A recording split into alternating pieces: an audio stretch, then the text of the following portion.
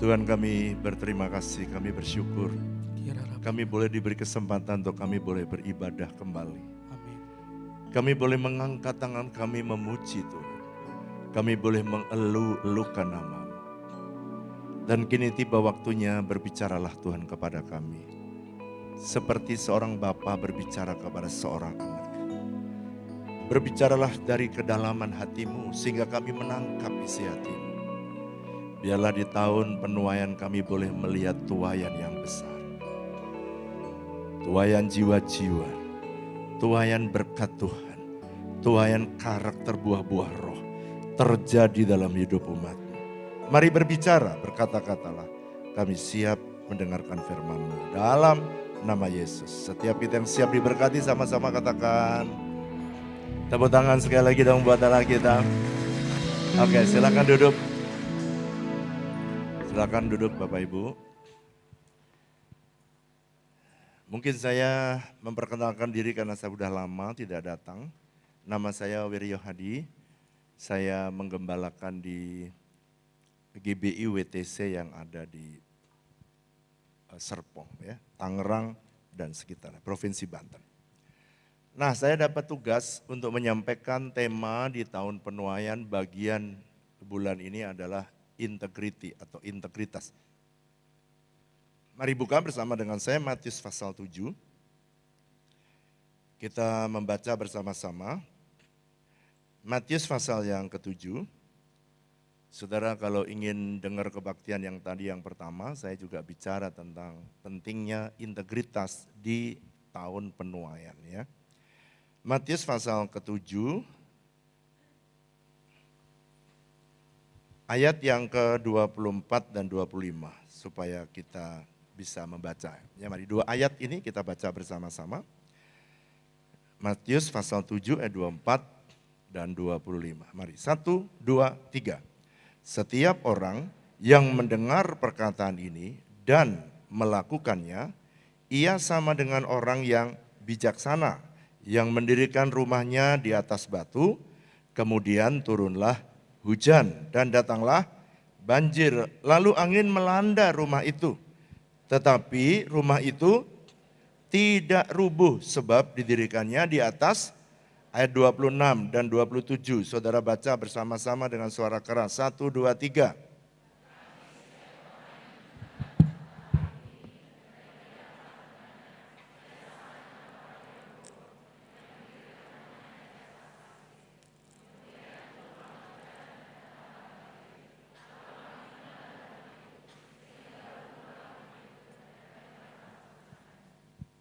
Nah, Tuhan membuat sebuah pengajaran yang very simple. Kalau kamu mendengar firman Tuhan, kamu dengar tetapi kamu tidak melakukannya, kamu seperti orang yang membangun rumah di atas pasir. Dan kalau datang pencobaan, hujan, banjir, lalu kemudian angin, maka roboh rumah itu. Tetapi orang yang mendengar firman Tuhan dan berkata ya, lalu kemudian dia melakukan, jadi perkataan, pikiran, perasaan, dan perbuatannya sama, itu sama dengan orang yang memiliki integritas. Dia akan seperti rumah yang dibangun di atas batu. Dan rumah yang dibangun di atas batu dia kokoh walaupun datang pencobaan, ujian. Baik itu hujan, baik itu angin, baik itu banjir, dia akan tetap kokoh. Jadi Matius 7 ayat 24-25 berkata orang yang membangun, kalau saya mau berkata orang yang membangun integritas itu seperti orang yang membangun rumah masa depan di atas batu yang kuat. Walau ada hujan, walau ada banjir. Media bisa ikuti. Ada masalah kah? Oke. Jadi kalau begitu, apa sih Pak? Bukan ya, yang part 1. Yang part 1 boleh? Bukan. Matius pasal 7 ayat yang pertamanya. Jadi orang yang membangun integritas itu seperti orang yang membangun rumah masa depan di atas batu. Yang tadi yang ini part 1 ya, bisa? Di atas batu, dan orang itu seperti orang yang tahan sekalipun ada ujian, ada pencobaan. Ada seorang hamba Tuhan namanya Greg Anderson. Greg Anderson dia berkata begini, living a life of integrity is one of the greatest mission we can undertake. Dia berkata kalau orang itu hidup dengan integritas, itu adalah salah satu misi terbesar di dalam kehidupan. Kenapa disebut misi terbesar? Karena orang yang bisa menjaga integritasnya, dia akan dibuat Tuhan berhasil. Dan saudara akan melihat karya-karya Tuhan yang saudara rencanakan, semuanya bisa tergenapi. Mari kita membuka Amsal pasal 4 ayat yang ke-34. Mari buka bersama-sama Amsal pasal 4 ayat yang ke-24. Bisa udah ketemu media part 1? Ibu Flora bisa tolong? Amsal 14 ayat yang ke-34. Amsal 14 ayat yang ke-34. Mari kita baca bersama-sama. Amsal pasal 14 ayat yang ke-34. Sudah ketemu? Mari baca dengan suara keras. 1, 2, 3. Kebenaran meninggikan derajat bangsa, tetapi dosa adalah, sekarang saudara perhatikan, kebenaran meninggikan derajat bangsa. Tetapi dosa akan menghancurkan, merusak. Kalau bangsa saja, makanya bangsa yang korupsi itu akan menyebabkan bangsa itu menjadi rusak. Sekarang saudara perhatikan saya ke depan. Lihat ya. Kalau saudara dan saya menghidupi setiap kebenaran firman Tuhan,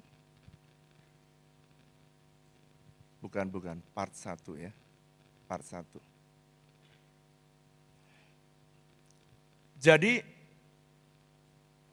kalau saudara dan saya menghidupi kebenaran firman Tuhan, sama dengan saudara memiliki integritas. Yang ngerti katakan?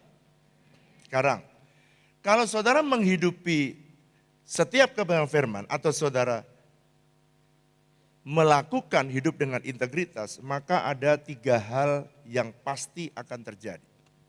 Saudara, tadi Alkitab tulis gini, integritas atau orang yang hidup dalam kebenaran akan menaikkan. Katakan bersama saya, naik. Apanya Pak yang naik?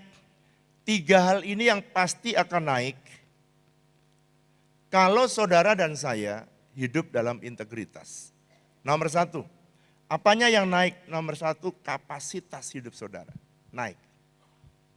Kalau saudara melakukan prinsip firman Tuhan, maka yang pertama naik adalah kapasitas. Ada orang yang diberikan kapasitas ini, kemudian naik kapasitas 600, ada yang diberikan kapasitas 1.500. Seberapa saudara dan saya mampu dan mau untuk mentaati setiap prinsip firman Tuhan, atau dengan kata lain saudara punya integritas, maka saudara yang pertama yang naik adalah kapasitas hidup saudara. Yang kedua, apa yang akan naik? Yang kedua adalah saudara akan naik posisi saudara. Saudara akan naik posisi, lihat posisi dari botol ini saudara, yang birunya. Saudara akan naik. Oh mungkin dulu supervisor, naik menjadi manajer, naik jadi director. Kalau saudara mulai dari manajer, naik jadi direktur, naik jadi CEO. Jadi Tuhan membuat saudara pertama kapasitas saudara naik. Yang kedua yang membuat saudara naik adalah posisi saudara. Apalagi Pak yang naik? Sekarang saya tanya, kalau saudara beli air yang 300 dengan 1.500, mana yang lebih mahal? 1.500. Apa artinya Pak? Artinya kalau saudara punya integritas, yang ketiga yang naik adalah nilai hidup saudara. Values hidup saudara. Itu sebabnya ada orang yang dipercaya Tuhan lebih besar karena daripada orang lain, karena dia memiliki apa? Integritas. Sekarang saya di dalam Amsal pasal 14 ayat 12, Alkitab menulis ada jalan yang disangka orang lurus, tetapi ujungnya menuju maut. Jadi ada orang yang mengira jalannya lurus, tapi ternyata ujungnya maut. Nah 1 Samuel pasal 16 ayat yang ke-7. Alkitab menulis begini. Bukan apa yang dilihat manusia, itu yang dilihat oleh Allah. Tapi Allah melihat manusia dari dalamnya. Manusia melihat di depan mata, tapi Tuhan melihat hati manusia. Itu sebabnya saudara dan saya kalau gitu Pak, apa sih arti dari integritas? Ini arti integritas ya, dari bahasa Latin integrante. Integritas itu artinya keselarasan suatu keyakinan terhadap satu nilai yang saudara percayai, yang saudara anut, dengan pemikiran dan perkataan serta perbuatan dalam diri seseorang. Jadi kalau saudara antara nilai yang saudara anut, pikiran saudara, cara saudara, apa yang saudara percayai, perkataan saudara, dan perbuatan saudara itu sama, maka saudara disebut orang yang memiliki integritas. Nathanael, seorang Nathanael branded, dia berkata begini, integrity is the congruence between what you know, what you profess, and what you do. Dia berkata orang yang punya integritas itu, dia mempunyai keselarasan antara apa yang dia tahu, apa yang dia percayai, apa yang dia katakan, dan apa yang dia perbuat. Nah saudara, integritas itu diperlukan bukan hanya oleh Tuhan. Saudara saya tanya, kalau saudara pemimpin bisnis, saudara pengen punya karyawan yang punya integritas atau tidak? Ya, saudara, kalau saudara punya bisnis, karyawan yang saudara kehendaki pasti adalah orang yang punya integritas. Coba siapa di sini yang belum menikah, boleh angkat tangan. Yang belum menikah, tinggi-tinggi. Tinggi-tinggi lebih tinggi lagi. Sekalian promosi gitu. Kanan kiri, lihat kanan, lihat kiri. Banyak juga yang belum menikah ya. Nah saya tanya, saudara kalau mau menikah, mencari cowok atau cewek yang punya integritas atau yang PHP? Integritas. Jangan hari ini I love you, tapi tahun depan I tendang you gitu. I dupa you gitu. Saya berdoa supaya semua, jadi integritas itu dicari di keluarga, dicari, di pekerjaan dicari, di dalam pelayanan lebih lagi. Saya dulu bekerja di sebuah perusahaan sebelum saya melayani Tuhan sepenuh waktu. Waktu saya pamit, saya kerja 13 tahun, jadi saya sudah cukup lama bekerja. Lalu saya tiba-tiba saya resign, maka ownernya berkata bilang gini, Wiryo boleh enggak kamu jangan pindah ke perusahaan lain. Lalu saya bilang, Bu, saya tidak pindah ke perusahaan lain, saya dipanggil Tuhan. Lalu saya disuruh menyiapkanlah, lalu dia punya alasan. Wiryo, saya cari orang yang pinter kayak kamu, banyak. yang nilainya bagus, lebih bagus dari kamu, banyak. Tapi yang sulit aku dapatkan adalah, aku dapati orang yang jujur, orang yang bisa dipercaya, dan punya integritas. Dari situ saya ngerti hatinya sedih ketika saya tinggal melayani. Lalu saya minta dia, cobalah cari 4 insinyur, supaya dia bisa saya latih selama 3 tahun, supaya saya bisa keluar melayani Tuhan. Lalu diambillah 4 insinyur di setiap bidang, setiap pabrik. Lalu saya latih mereka dan 3 tahun akhirnya saya keluar. Saudara, kenapa ada orang yang mencari pekerjaan sulit, tapi ada orang yang mau keluar aja sulit? Apa yang membedakan? Integritas. Nah, sekarang saya mau masuk lebih dalam. Integritas itu apa sih, Pak? Integritas itu bukan sebuah result, tetapi adalah sebuah journey. Integritas itu adalah sebuah perjalanan yang terus makin bertumbuh, terus makin dewasa, dan satu hari saudara akan sampai kepada integritas yang Tuhan ingin. Dan integritas tidak boleh makin hari makin turun. Semakin hari kejujuranmu makin hari semakin jujur. Supaya saudara dan saya bisa dilihat oleh Tuhan menjadi satu pribadi yang serupa dengan Kristus. Kenapa sih Pak integritas kok penting dalam penuaian? Kalau orang itu hidupnya benar, hidupnya jujur, itu dia bisa jadi magnet bagi jiwa yang lain. Saudara, kemarin saya baru diceritakan banyaklah kesaksian-kesaksian mereka. Ada jemaat yang dulunya ada yang asli di Tangerang namanya Cina Benteng. Dia itu kalau kebaktian, dia naik mobil bersama-sama, lalu di dalam mobil itu mereka itu memuji Tuhan, bernyanyi. Hidup mereka dulu yang tidak punya integritas. Setelah mereka beribadah, sekarang mereka menjadi orang yang jujur, tadinya nggak bekerja sekarang jadi bekerja, yang tadinya nggak peduli dengan agama sekarang dia mencari Tuhan.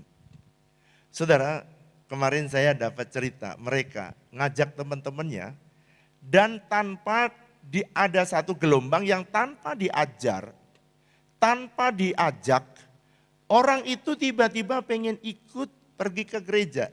Lalu saya tanya, ada berapa? Ada 20 orang Pak. Lalu saya tanya, kenapa? Itu loh Pak, dia bercerita, orang Kristen itu mukanya itu loh sukacita. Kalau apa-apa nggak ketahuan Pak, punya duit atau nggak punya duit nggak ketahuan Pak. Suka nyanyi.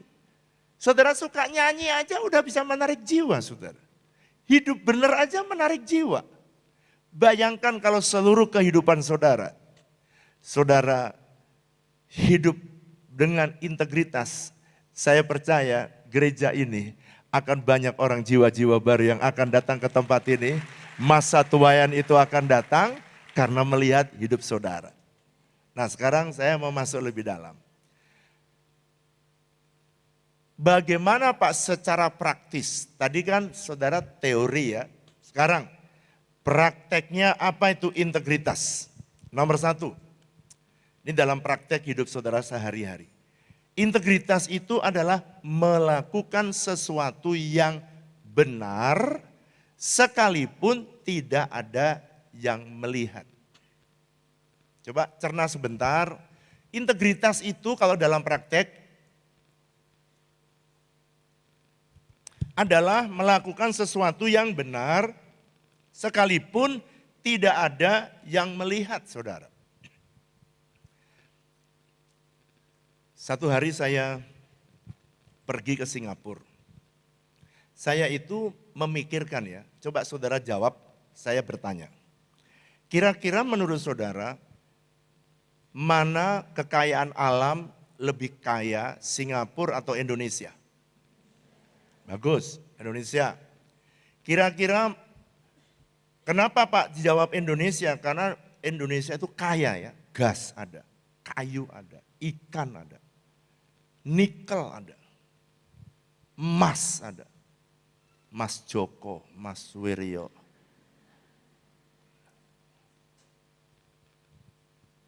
Banyak sekali, apalagi di Jawa, saudara, banyak sekali emas. Tambang-tambang begitu banyak. Sekarang saya tanya yang kedua, mana lebih banyak yang berdoa? Orang Singapura atau orang Indonesia? Indonesia. Pertanyaan saya yang ketiga, mana lebih makmur? Orang rakyatnya Indonesia atau Singapura?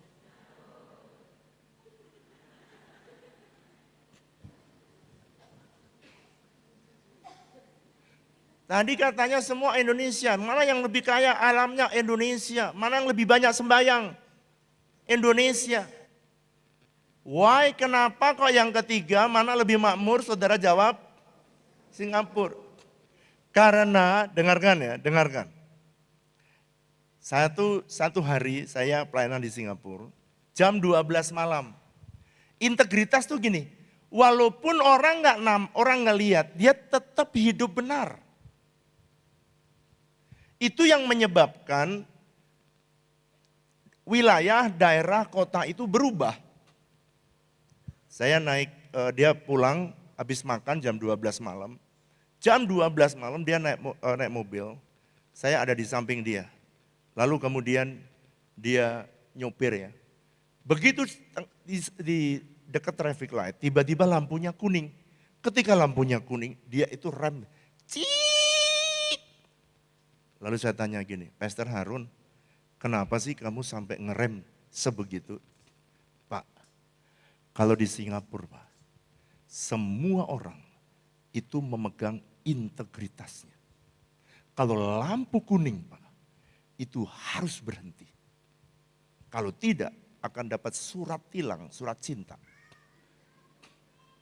Tapi kalau di Batam, loh, kayaknya udah ada roh nubuat, udah tahu kayaknya apa yang. Kalau di Batam, saya tanya, kalau kuning di rem atau di gas? Tuhan ampuni umatmu Tuhan. Ini yang menyebabkan Indonesia tidak kaya-kaya Tuhan. Integritas menaikkan derajat bangsa. See? Bagaimana kalau Indonesia dimulai dari gereja Tuhan? Hidup dengan benar, yang setuju katakan. Siapa yang mau berkata, Tuhan, aku pengen mulai gak menuntut orang lain, aku mulai dari diriku. Coba kalau saudara mulai berkata begitu, nanti di Batam ini ada malaikat yang mencatat. Setiap kali saudara lihat ada lampu kuning, kok dilanggar lagi. Baru dikotbahin kok langsung dilanggar lagi. Tuhan ampuni Tuhan. Saya kalau doa pagi jam 5 doa fajar, ya, saya lampunya merah berhenti karena jam 5 belum sampai jam 5 nggak ada banyak orang, nggak banyak mobil. Maka lampu merah kayak buat dia nggak berfungsi. Itu ada mobil yang celonong, padahal merah. Saya mengangkat tangan, Tuhan ampuni mereka. Sebab dia tidak tahu apa yang dia perbuat Tuhan. It's true. Dulu ya Tangerang itu kota jin buang anak. Dulu saya kuliah di Bogor, itu antara Bogor dan Tangerang. Itu jauh, Bogor itu enak, subur, kaya. Propertinya jauh lebih tinggi daripada Tangerang. Tangerang itu jin buang anak. Semua penjara ada, penjara apa saja.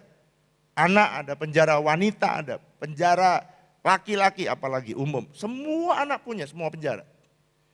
Itu hanya ada di kota yang namanya Tangerang. Tapi saudara tahu sekarang?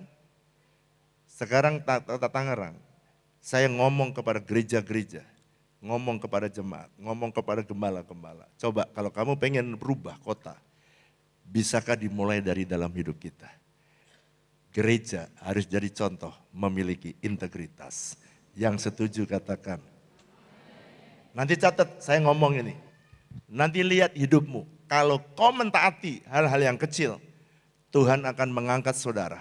bisnismu akan diangkat oleh Tuhan, pekerjaanmu akan diangkat oleh Tuhan, posisi hidupmu akan diangkat oleh Tuhan, dan Tuhan akan membawa saudara naik lebih lagi. Yang percaya katakan amin. Roy Barnett dia berkata begini, integrity is doing the right thing when nobody's watching. Doing as you say what would do. Jadi apa itu integritas? Integritas adalah mengerjakan yang benar sekalipun orang lain tidak ada yang lihat dia. Dan dia mengerjakan apa yang dia lakukan, apa yang dia katakan, itulah yang dikerjakan. Oke, yang kedua. Ini saya mau hal-hal yang praktis saudara bisa kerjakan. Yang kedua, Pak, apa yang saya bisa kerjakan berkenaan dengan keselarasan antara pikiran, perkataan, dan perbuatan. Yang kedua, integritas itu adalah memilih yang benar sekalipun orang lain memilih yang salah. Pak, siapa contohnya di dalam Alkitab? Daniel, Sadrah, Mesah, Abednego. Waktu Sadrah, Mesah, Abednego disuruh menyembah patung Nebukadnezar, orang lain menyembah, semuanya menyembah pada patung itu, dia tetap melakukan yang benar.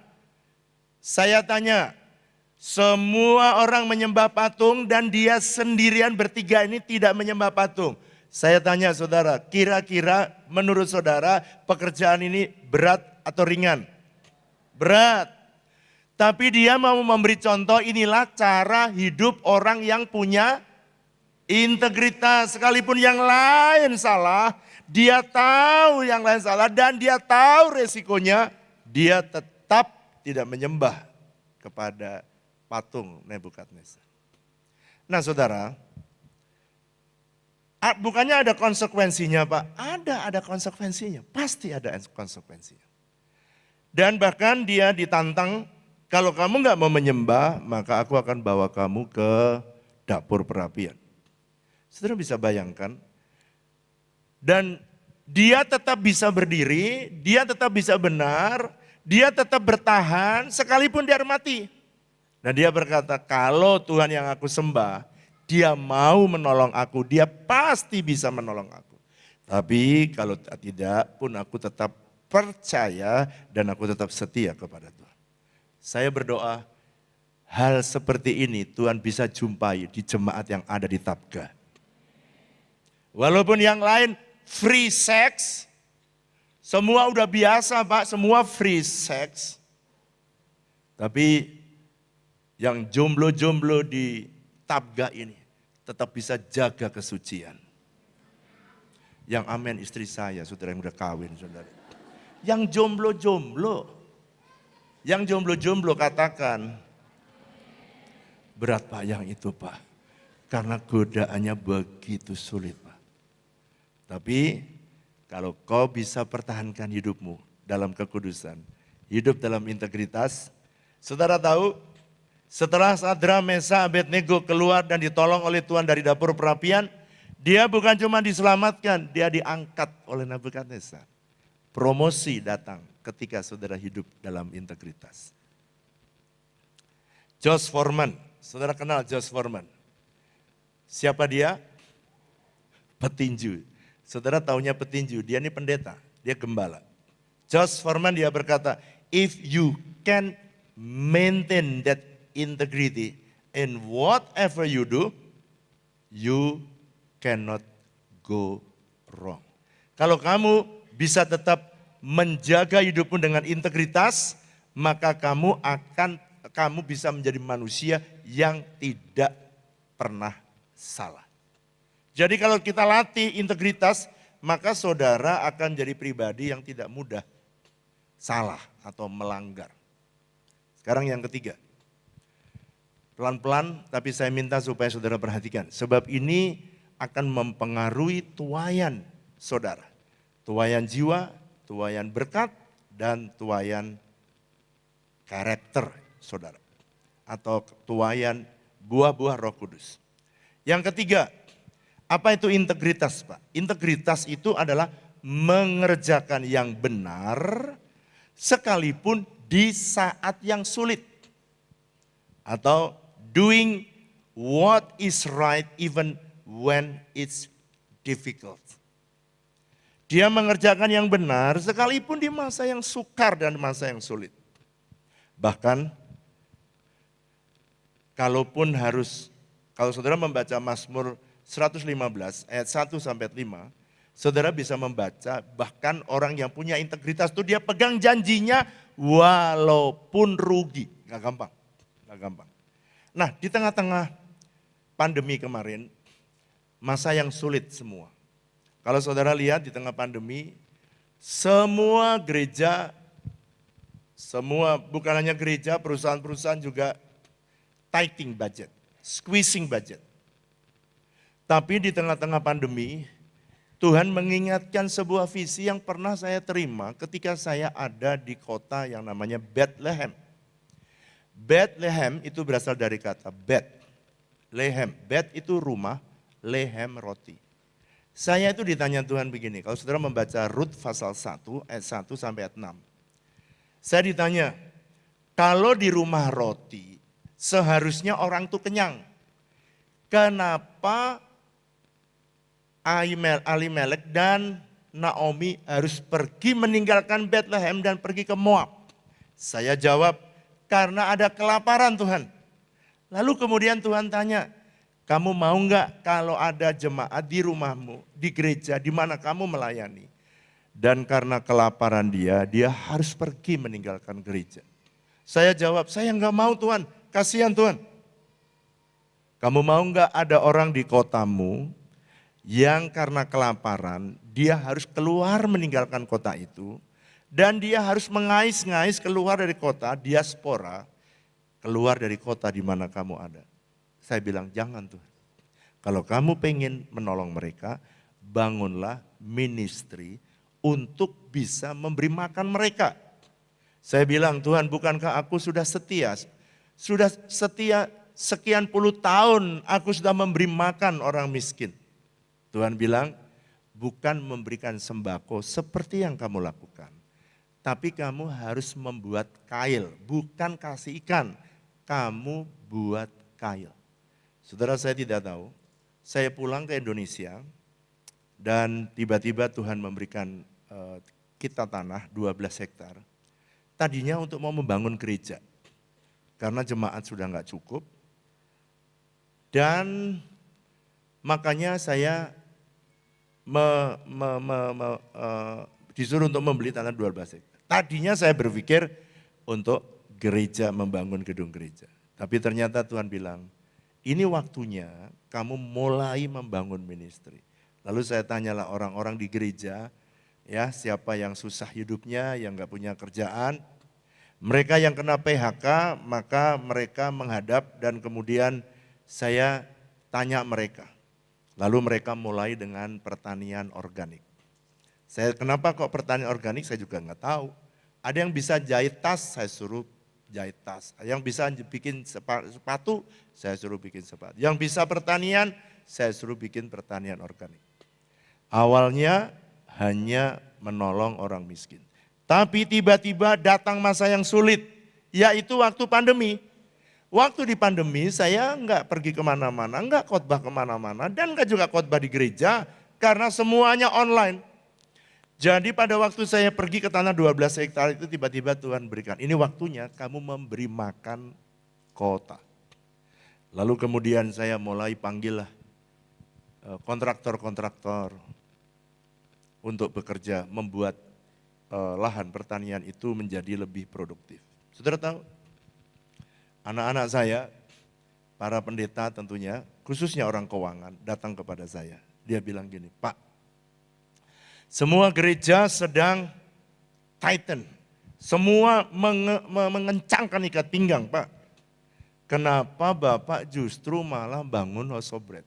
Dan panggil 5 kontraktor untuk membangun ini dan membangun itu. Lalu dia tanya, duitnya dari mana? Saudara jangan tanya pendeta ya, pendeta itu kalau ditanya apa saja jawabannya cuma Tuhan. Karena yang punya pendeta cuma punya Tuhan. Dia tanya, duitnya dari mana? Saya jawab dari Tuhan. Tapi kan saya yang bayar. Ya, nanti waktu kamu bayar, Tuhan pasti ngasih uang. Oh ya udah Pak, nanti Bapak yang tanda tangan cek dulu ya. Ya udah, tenang, gantian full timer datang. Pak, ini nanti bulan depan masih ada gajian apa enggak Pak? Kenapa kamu tanya begitu? Pak, tetangga gereja sudah dipotong 50% Pak. Udah dipotong Pak. Kita bagaimana Pak? Apakah ada masih gaji bulan depan? Kenapa memang? Tuh Bapak panggil kontraktor untuk bangun House of Bread. Rumah roti, House of Bread, Bethlehem. Saya bilang begini, kalau Tuhan yang nyuruh, Tuhan akan melengkapi. If you have a vision, God will give you a provision. Selama saudara menerima visi perintah dari Tuhan, maka provisi akan datang. Singkat cerita, saya minta media siapkan HOB. Pada waktu selesai di tengah-tengah pandemi itulah House of Bread ini menjadi alat Tuhan untuk menolong banyak orang yang susah. Kita lihat video ini, saya harap media bisa siapkan. Oke, thank you.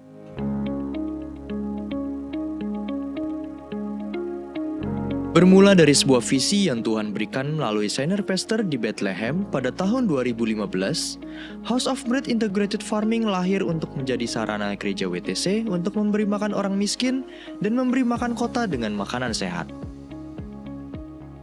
HOB mulai melakukan pemagaran tanah 12 hektar di Sukamulia yang kini disebut Eden Park 2.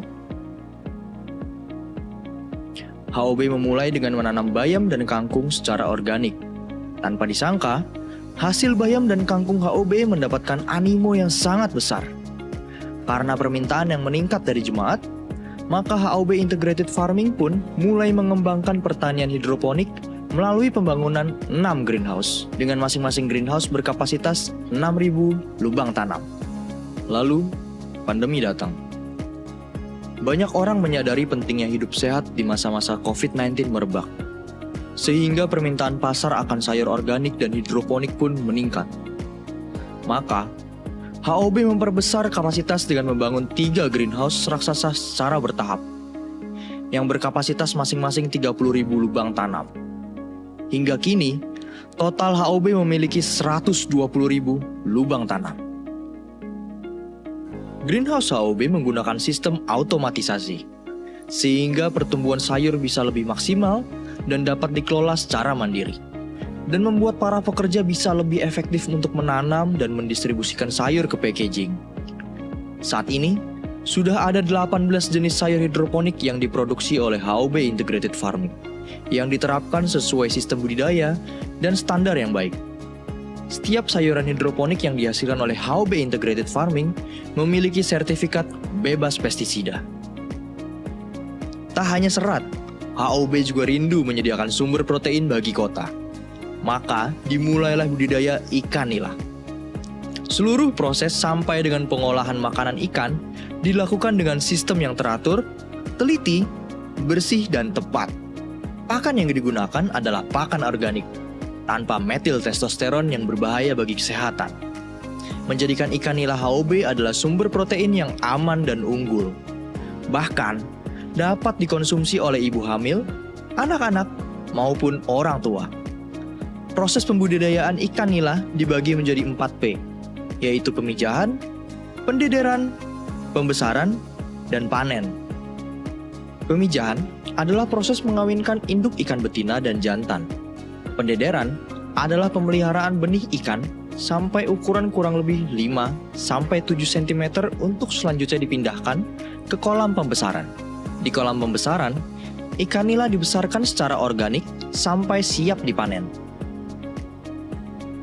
Proses budidaya ikan nila dimulai dengan 20 kolam, hingga kini HOB Integrated Farming telah mempunyai 271 kolam, yang dapat menghasilkan 15 ton ikan nila setiap bulannya.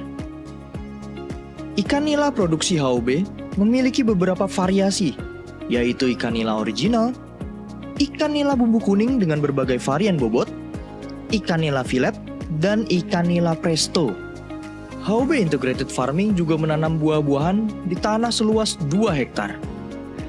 Buah-buahan yang dihasilkan oleh HOB antara lain adalah buah jambu kristal, nangka kuning dan orange, alpukat mentega, pisang Cavendish, durian musangking, serta durian bawor. Sebentar lagi, HOB juga akan memproduksi anggur yang saat ini sedang dalam tahap riset. HOB berkomitmen untuk membangun integrated farming sehingga tidak ada sumber daya yang terbuang percuma. Untuk itulah HOB menternakkan sapi dan domba agar menjadi sumber pupuk kompos yang diperlukan untuk pertanian sayur organik dan pohon buah organik. Kini, HOB telah memiliki pabrik yang dibangun dengan sistem GMP atau Good Manufacturing Practices. Pabrik HOB kini memproduksi bandeng presto, banana bread, banana muffin, sambal dengan beberapa varian. Ada sambal tomat, sambal terasi, sambal bawang, dan sambal andaliman yang menjadi best seller di kalangan konsumen. Pabrik HOB diperlengkapi dengan blast freezer, cold storage, dan cool room. Blast freezer berentang suhu hingga minus 43 derajat Celcius. Untuk mempercepat proses pembekuan ikan, sekaligus membunuh kuman agar ikan selalu fresh dan segar. Ikan yang sudah dibekukan akan dipindahkan ke cold storage. Cool room berfungsi untuk menjaga kesegaran sayur sejak panen, pengemasan, hingga sampai ke tangan konsumen. Setelah 8 tahun dengan setia menolong orang miskin, memberi makan kota, membantu para misionaris, menolong misi ke daerah baik Papua, Kalimantan, Sumatera, dan daerah-daerah lainnya, maka pada tahun 2023 Tuhan membukakan bahwa di tanah Eden Paktu ini ada sumber air bersih yang melimpah, di mana setelah diuji secara lab oleh Sukovindo, didapati air dari tanah HOB sangat segar, sehat, dan memenuhi SNI untuk diproduksi sebagai air minum dalam kemasan. Oleh karena itu, dengan kerinduan agar jemaat dan masyarakat dapat hidup sehat setiap harinya, maka sejak akhir Desember 2023, HOB mulai membangun pabrik air minum dalam kemasan atau AMDK. Pabrik air minum dalam kemasan HOB dibangun dengan memperhatikan kebersihan dan sanitasi pabriknya. Salah satunya adalah dengan menggunakan epoksi di setiap lantai pabriknya. Setiap karyawan yang bekerja pun wajib menggunakan hairnet, sarung tangan, dan sepatu khusus produksi. Sehingga setiap produk air minum yang dihasilkan HOB sangat higienis, segar, dan sehat. Di HOB Mart, jemaat dan konsumen lainnya, mereka bisa membeli dan menikmati semua produksi yang dihasilkan oleh HOB. House of Bread Integrated Farming senantiasa berkomitmen untuk mengusahakan kesejahteraan masyarakat sekitar, kota, dan bangsa. Impian kami, kiranya tercipta masyarakat Indonesia yang sehat dan sejahtera secara holistik, jasmani, dan rohani. Tuhan Yesus memberkati.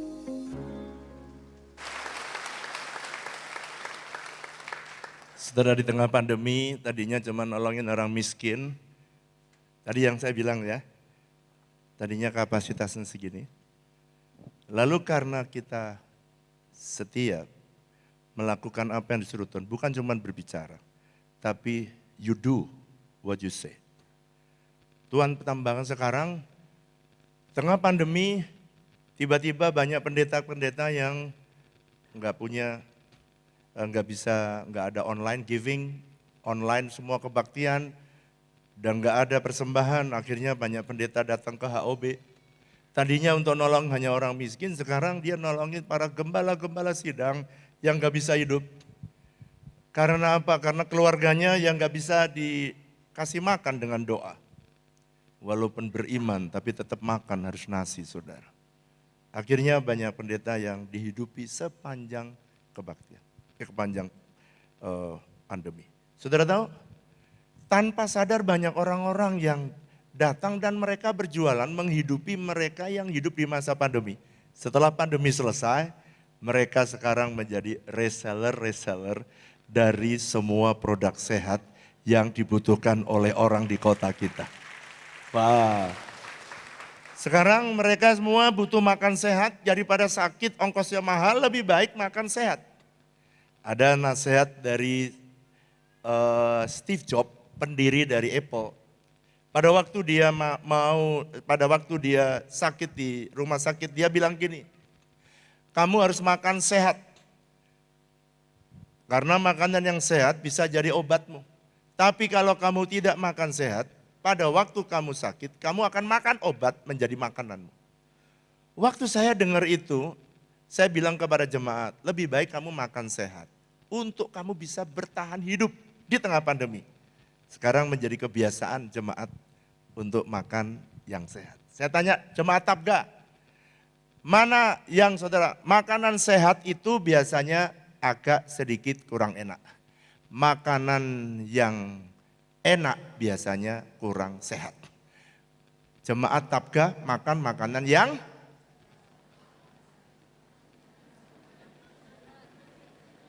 loh, kok terjadi kekacauan? Saya tanya jemaat Tabga, ya makanan yang enak biasanya kurang sehat. Makanan yang sehat biasanya kurang enak. Pertanyaan saya, mana yang dimakan oleh jemaat Tabga makanan yang? Tuhan ampuni Tuhan itu Tuhan. Biarlah Tuhan yang melihat hati saudara. Abraham Lincoln dia berkata, if you want to test man's character, give him a power. Berikan dia kuasa. Kalau saya tambahin sedikit. Kalau kamu pengen tes seseorang, karakter seseorang, berikan dia kuasa dan kasih dia uang. Kalau dia banyak uang, tambah mobil, tambah satu. Saudara jawab, tambah satu, bilang. Mobil, yang keras dong. Rumah, usaha, istri, tambah satu, tambah satu, tambah satu. Kebiasaan orang kasih dia uang, kasih dia power, dia akan lihat. Yang keempat, apa itu Pak? Ini deskripsi yang praktis. Tadi teori kebenaran firman Tuhan, sekarang yang praktis. Yang keempat, integritas itu melakukan yang benar sesuai dengan hati nurani walaupun dianggap aneh oleh orang-orang yang ada di sekitarnya. Abraham pada waktu dia menolong Lot, dia mengejar Raja Kedorlaomer, dan kemudian dia mengambil semua istri Lot dan semua jarahan, maka Raja Sodom berkata kepada Abraham, dia bilang gini, nanti saudara bisa baca Kejadian 14 ayat 18. Abraham, ambillah semua, yang penting anak istriku bisa pulang. Saudara tahu jawab Abraham? Ambil semua jarahan. Dia bilang gini, aku tidak akan pernah mengambil jarahan dari kamu. Kecuali apa yang dimakan oleh orang-orang yang mengejar. Supaya dia bilang, aku enggak mau kamu kasih semua jarahan itu, enggak. Supaya kalau aku diberkati, jangan sampai orang berkata itu Abraham kaya karena jarahan. Sekarang saya tanya, kalau Abraham mau terima, bisa apa tidak? Bisa, wong dikasih kok. Tapi dia memilih, dia bilang gini ayat 18, Kejadian 14 ayat 18. Abraham dia disuruh dan dia tidak mau dan dia berkata, jangan sampai nanti ketika aku diberkati, aku kaya, jangan sampai ada orang lain yang berkata Abraham kaya karena jarahan. Wow. Saya mau cerita ya sedikit. Satu hari saya lagi gitar di doa sama pendoa di ruang kerja saya. Sama perisai-perisai doa, saya lagi sembahyang. Tiba-tiba tuh saya tuh diperlihatkan Tuhan, tanah yang luas sekali. Lalu kemudian saya dengar suara, mintalah tanah 100 hektar. Terus saya berdoa, Tuhan, karena disuruh ya saya bukan beli ya, minta. Jadi saya minta. Tuhan, aku minta 100 hektar. Tapi tidak ada satupun yang pendoa-pendoa itu bilang amin. Kagak ada yang amin satupun. Jadi saya selesai doa, saya tanya, Pak, saya tanya gini, kenapa tadi saya berdoa, kami minta tanah 100 hektar. Kok enggak ada satupun yang amin? Dia bilang, Pak, masih enggak nyaut Pak, 100 hektar itu untuk apa Pak? Tanah 12 hektar aja belum ngerti, saudara sekarang udah tahu ya. Dia belum ngerti, 1 hektar aja Pak. Belum ngerti manfaatnya, 100 hektar untuk apa? Saya ceritalah kepada orang-orang. Singkat cerita, nanti lain kali kalau punya kesempatan kita cerita. Ya gampangnya pokoknya ada orang yang punya tanah 1 juta hektar. Seorang haji. Lalu kemudian waktu saya cerita gini, saudara-saudara di jemaat gini. Saya disuruh minta sama Tuhan tanah 100 hektar. Saya nggak tahu untuk apa. Ya nggak ngerti waktu itu. Terus kemudian dia bilang, ada satu jemaat yang kata, Pak saya kenalin sama Pak Haji, punya tanah 1 juta hektar. Singkat cerita, ya pokoknya dia suruh beli lah. Saya datang, dia bilang gini, kalau Bapak datang, terus kemudian Pak Hajinya masuk, artinya dia tidak berkenan ditemui Bapak. Gubernur aja ditinggal masuk Pak, apalagi Bapak. Siapa Bapak itu? Oh ya, saya siapkan hati, kalau ditolak saya pulang. Saya datang 15 menit, dia nggak masuk, berarti berkenan. 1 jam, dia tukar HP, nomor HP kamu berapa? Saya bilang, nomor HP sini. Oh ini Bah, nomor HP saya. Jemaat yang nemenin saya dikaget, gubernur aja belum tentu dikasih nomor HP-nya. Kok Bapak bisa ditanya? Lalu singkat cerita, saya bilang ini, Bah, boleh nggak saya minta tanah 100 hektar? Saudara aja ketawa, apalagi dia. Si Pak Haji ini bertanya begini, kamu ini siapa? Kamu family bukan? Anak bukan? Anaklah yang dapat ahli waris. Kalau saya kasih kamu, apa kata anak saya? Iya Bah, saya ini disuruh Tuhan untuk minta 100 hektar Bah. Itu jemaat yang dampingi saya itu ya, jantungnya udah mau copot itu saudara. Gini aja, saya ditunjukin saudara. Itu 1 koper, dia punya ruangan khusus. Sertifikat, dibukain. Dia bilang ambil 2 koper. 1 koper itu isinya 150 hektar. Kamu yang mau pantai atau daerah gunung atau daerah yang subur. Bah saya cari yang subur, yang bagus, tepi jalan. Lalu dia bilang ini, udah gini aja. Saya tidak bisa ngasih kamu bukan ahli waris. Jadi kamu beli 500.000 per meter persegi. Udah murah ini. Kalau kamu disuruh Tuhan, ini udah paling murah. Saya bilang, Bah, jangan Bah, aku bukan disuruh beli sama Tuhan. Saya disuruh minta Bah sama Tuhan. Sudahlah singkat cerita supaya cepat khotbahnya ya. Dari 500 saya disertai sama istri saya. Jam 8 saya datang. Jam 9 mulai tawar 500. 10 turun 400. Kemudian jam 12 diajak makan. Jam 1 tawar lagi, tinggal 200. Tawar lagi, tinggal 200. Tawar lagi, tinggal 100. Akhirnya si Abah ini bertanya, untuk apa kamu minta tanah 100 hektar? Saya bilang ini, sekarang saya balik Abah. Abah punya tanah 1 juta hektar. Abah umur 81. Itu tanah untuk apa Abah?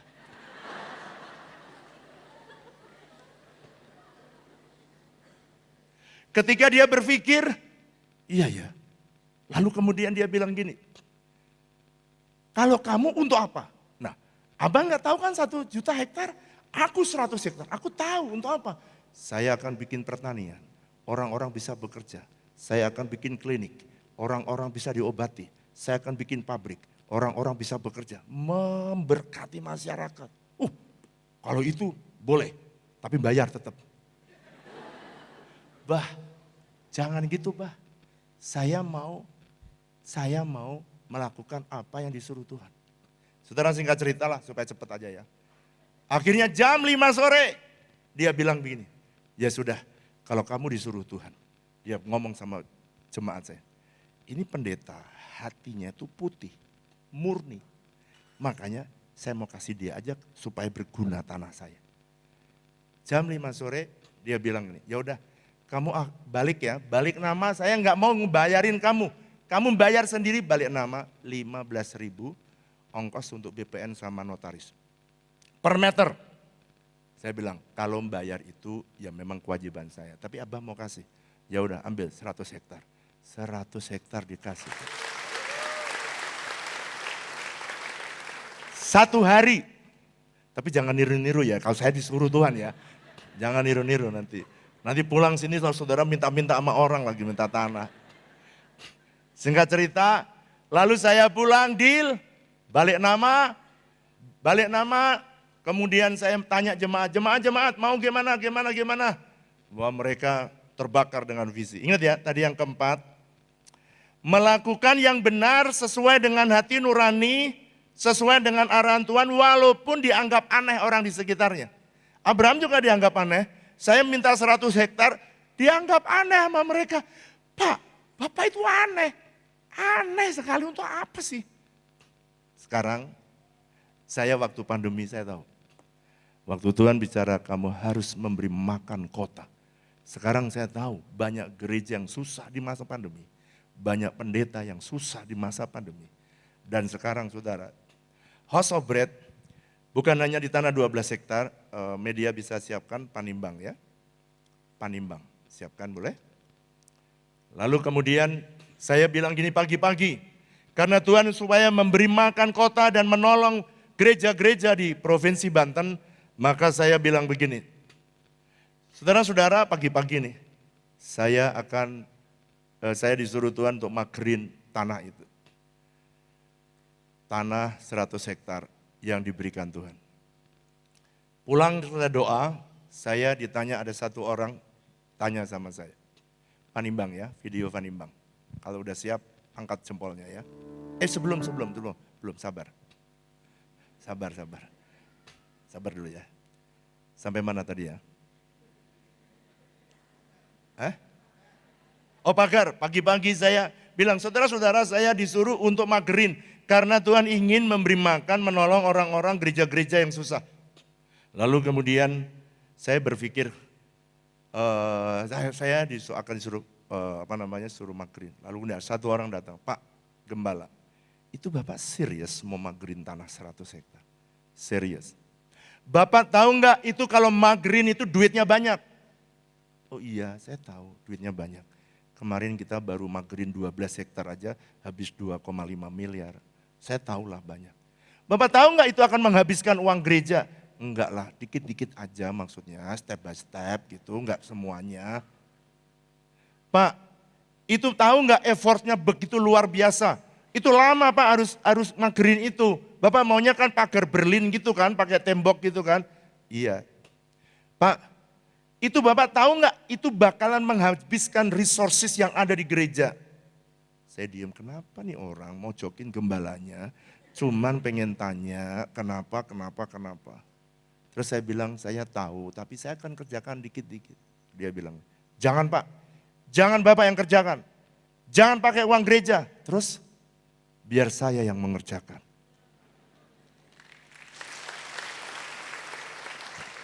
Jadi saya ini tugasnya apa? Kayak kacung. Cuman cerita disuruh Tuhan apa, kerjain apa, suruh apa, ngomong apa. Dan akhirnya dia bilang gini, jangan pakai uang gereja. Biar saya kerjakan. Saya akan kerjakan, ternyata dia pabrik. Itu saudara, pagar apa sih namanya itu yang, pagar apa sih namanya? Beton itu loh ya. Ternyata dia punya truk, dia punya karyawan, punya ini, ternyata dia punya pabrik. Biarkan Pak, saya yang kerjakan dengan seksama dan dalam tempo yang sesingkat-singkat. Kita lihat video yang satu ini adalah akibat dari ketaatan kita mengerjakan perintah Tuhan walaupun orang lain lihat aneh, walaupun orang lain ngapain, tapi kita setia. Kita lihat video yang satu ini. Di tanah seluas 100 hektar yang terletak di Panimbang, HOB mulai mengembangkan perkebunan buah-buahan. Ini merupakan wujud nyata dari visi kita, yaitu memberi makan kota. Sebelumnya, budidaya perkebunan buah-buahan telah dilakukan oleh HOB di Sukamulia yang dikenal sebagai Eden Park 2 dengan luas 12 hektar. Untuk mewujudkan visi memberi makan kota, perkebunan yang ada di HOB Sukamulia diperluas ke HOB Panimbang, yang sekarang dikenal sebagai Eden Park 3. Saudara, saya dan Ibu Flora ada di kebun HOB House of Bread Farming yang ada di Panimbang.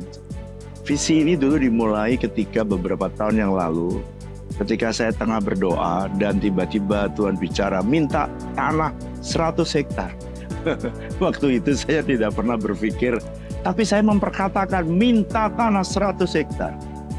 Dan setelah tanah itu kita kuasai bersama-sama dengan para pengerja, jemaat yang ikut ambil bagian, saya juga bertanya untuk apa tanah Panimbang ini ada.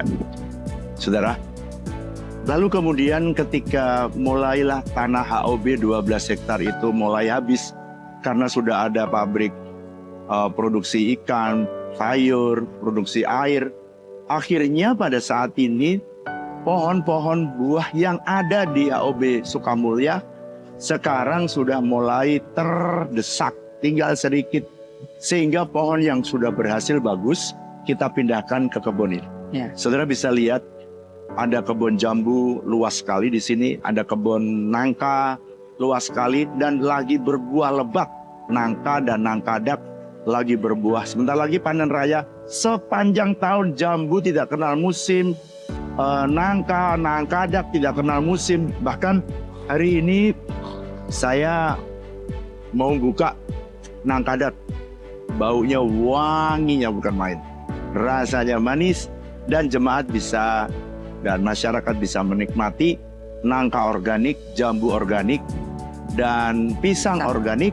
Dan sebentar lagi saudara lihat di belakang, latar belakang ini kita lagi tanam alpukat yang baru kira-kira setahun. Tunggu 2 tahun lagi alpukat akan bertumbuh lebih lebat, lebih banyak buahnya. HOB telah menanam 1.200 pohon alpukat dengan berbagai jenis seperti alpukat Markus, kelut, dan aligator. Pohon-pohon alpukat ini diperkirakan akan mulai berbuah dalam 2 tahun ke depan. Di blok ini juga ditanam 1.000 pohon pepaya California sebagai tanaman pendamping atau tumpang sari yang diperkirakan akan mulai berbuah dalam 4 bulan. Untuk irigasi, HOB menggunakan sistem drip dengan selang air kecil pada setiap pohon yang membuat pengairan menjadi lebih efisien dan efektif. Baik HOB Sukamulya maupun HOB Panimbang telah menghasilkan panen sayuran dan buah-buahan yang melimpah. Nah, di tempat ini ternyata ada sumber air yang bagus sekali. Saudara bayangkan, kita tidak pernah berpikir nanti pabrik air yang ada di HOB Sukamulya bisa untuk daerah BSD dan Tangerang. Dan ini nanti bisa untuk suplai ke Tanjung Lesung, Rangkas, Pandeglang, Cilegon, Banten Barat, dan Banten Selatan. Semua bisa disuplai dari tempat ini. Visi Tuhan yang dilakukan dengan penuh ketaatan, pasti Tuhan bekerja di dalamnya. Dia pasti memberi, menuntun, dan menepati janjinya. Tanpa kita duga, pembangunan tol Jakarta Panimbang telah mencapai tahap akhir dan pintu tol exit Panimbang kini berjarak tidak jauh dari tanah kita. Dengan adanya tol ini, perjalanan menuju Eden Factory akan terasa lebih singkat, membawa harapan dan kemudahan baru bagi kita semua. Ya, saya kerja di sini ya dari pertama pembukaan udah 5 tahunan lah, kurang lebih 5 tahun Pak, sebagai mandor Pak. Ya positifnya ya alhamdulillah Pak, masyarakat di sini adanya perkebunan HOB sangat terbantu dan bukan sedikit ilmu yang diserap sama masyarakat gitu Pak. Cara pemupukan, cara istilahnya pemeliharaan. Ya alhamdulillah sih ya adanya bantuan istilahnya pekerjaan dari HOB, saya sebagai mandor di sini ya anak saya juga sampai bisa kuliah gitu Pak. Sungguh Tuhan telah menggenapi janjinya seperti yang tertulis di dalam Yeremia 29 ayat ke-11. Sebab aku mengetahui rencana-rencana apa yang ada padaku mengenai kamu, untuk memberikan kepadamu masa depan yang penuh harapan. Mari kita percayakan hidup kita padanya, maka kita akan mengalami kebaikan dan kasih setianya dalam setiap langkah kita.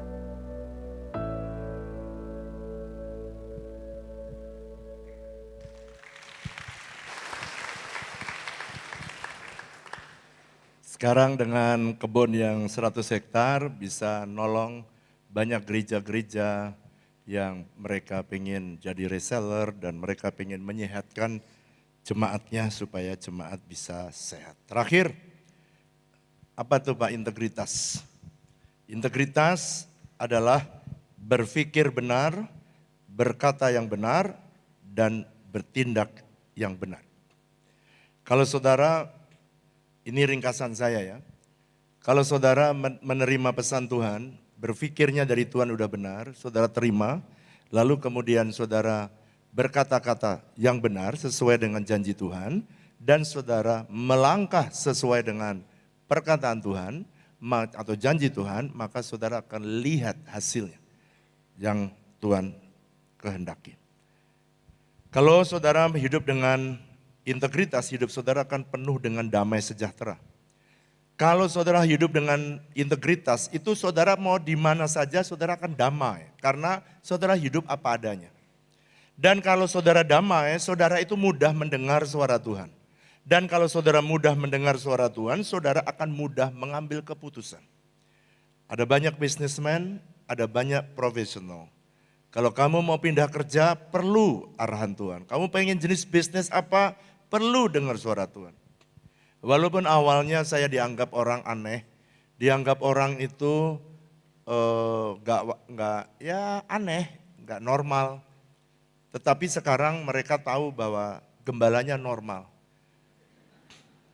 Ya, dan sekarang mereka baru tahu ternyata kata mereka, kita yang belum normal Pak, karena saya masih berpikir dengan cara saya berpikir, sekarang belajar. Di tahun yang susah seperti ini, saudara krisis bisa berulang.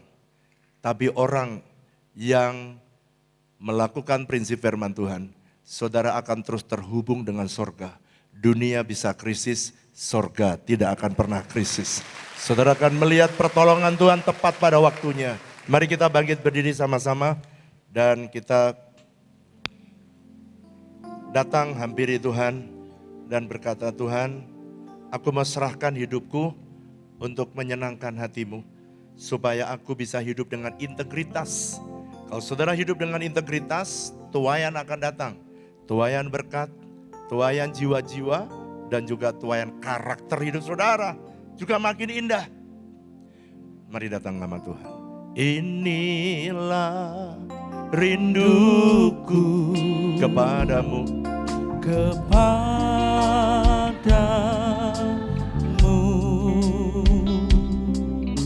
segenap hatiku menyembahmu.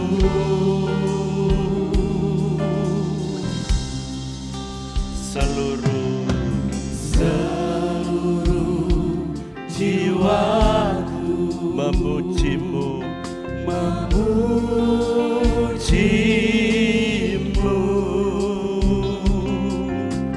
Ku memujamu, ya Allah. ya Allahku. Serahkan hidupmu, biar Tuhan bisa pakai.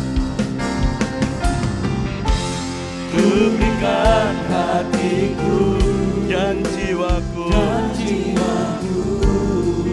semuanya bagimu di dalam hidupku. di setiap waktu. Setiap waktu Nyatakan jalanku, nyatakan ku berikan Tuhan berikan hatiku dan jiwaku, dan jiwaku. semuanya Bagimu di dalam hidupku. di setiap waktu. Setiap waktu Nyatakan jalanku, jalanku. biar musik nyanyikan lagu ini. Semua saudara dalam sikap berdoa. Alkitab menulis kebenaran akan meninggikan derajat bangsa. Kalau kau hidup dalam integritas, kau pasti akan naik. Karena firman-Nya berkata, saya mau berdoa. Mungkin ada di antaramu berkata, Tuhan, aku selama ini belum hidup dengan integritas. Aku ikutin apa yang cara orang dunia ini hidup. Sehingga aku tergerus dengan arus. Tapi hari ini kau berkata, Tuhan aku mau kembali. Aku mau hidup sekalipun itu sulit, sekalipun itu susah, sekalipun dianggap aneh. Tapi saudara berani berdiri dan melakukan semua kebenaran. Dan saudara memilih itu. Mungkin ada di antaramu yang sudah mulai turun. Kalau orang punya integritas dia akan naik.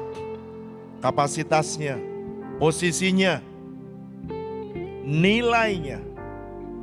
Orang dunia menilai saudara akan naik. Menghargai saudara akan naik. Tapi saudara sekarang mengalami turun. Saya pengen berdoa kalau itu saudara, angkat tanganmu tinggi-tinggi. Gak usah ikut-ikutan orang lain. Keputusan ini keputusan dirimu sendiri yang berkata, aku mau hidup dengan integritas. Orana Basha, puji Tuhan, puji Tuhan, puji Tuhan, puji Tuhan. Saudara yang angkat tanganmu, buatlah keputusan yang baru dengan Tuhan. Ini aku Tuhan, Kau yang tahu mana yang salah, saudara datang kepada Tuhan dan minta. Orama syakandara labatakadara. Rokamu syakandara. Tuhan lihat tangan-tangan yang diangkat. Mereka tidak mau ikuti cara dunia. Sebab dunia bisa krisis. Dunia bisa mengalami kesukaran, goncangan, kesulitan. Tapi sorga tak pernah mengalami kesulitan. Amin. Sorga tak pernah krisis. Itu sebabnya aku berdoa, pegang tangan mereka Tuhan. Pegang tangan mereka Tuhan. Pegang tangan mereka Tuhan. Dan tuntun mereka supaya hidup dalam integritas. Mereka akan sama melakukan perkataan, perbuatan sama. Dan mereka menjadi pribadi yang melakukan firman, bukan menjadi pendengar firman saja. Tolong mereka dan pegang. Mereka mau menyerahkan hidupnya hari ini. Kalau kau menolong Abraham, kau menolong Sadra, Mesa, Abednego, kau menolong hambamu, kau juga pasti menolong umatmu. Amin. Kau pasti akan tolong umatmu satu persatu. Amin. Jangan lihat sulitnya, jangan lihat sukarnya. Percayalah kepada Dia yang sanggup menolong saudara. Sambil angkat tangan, ku berikan hatiku dan jiwaku, serahkan semua kepada Tuhan. Semuanya bagimu, Ya Tuhan, di dalam hidupku, di setiap waktu. nyatakan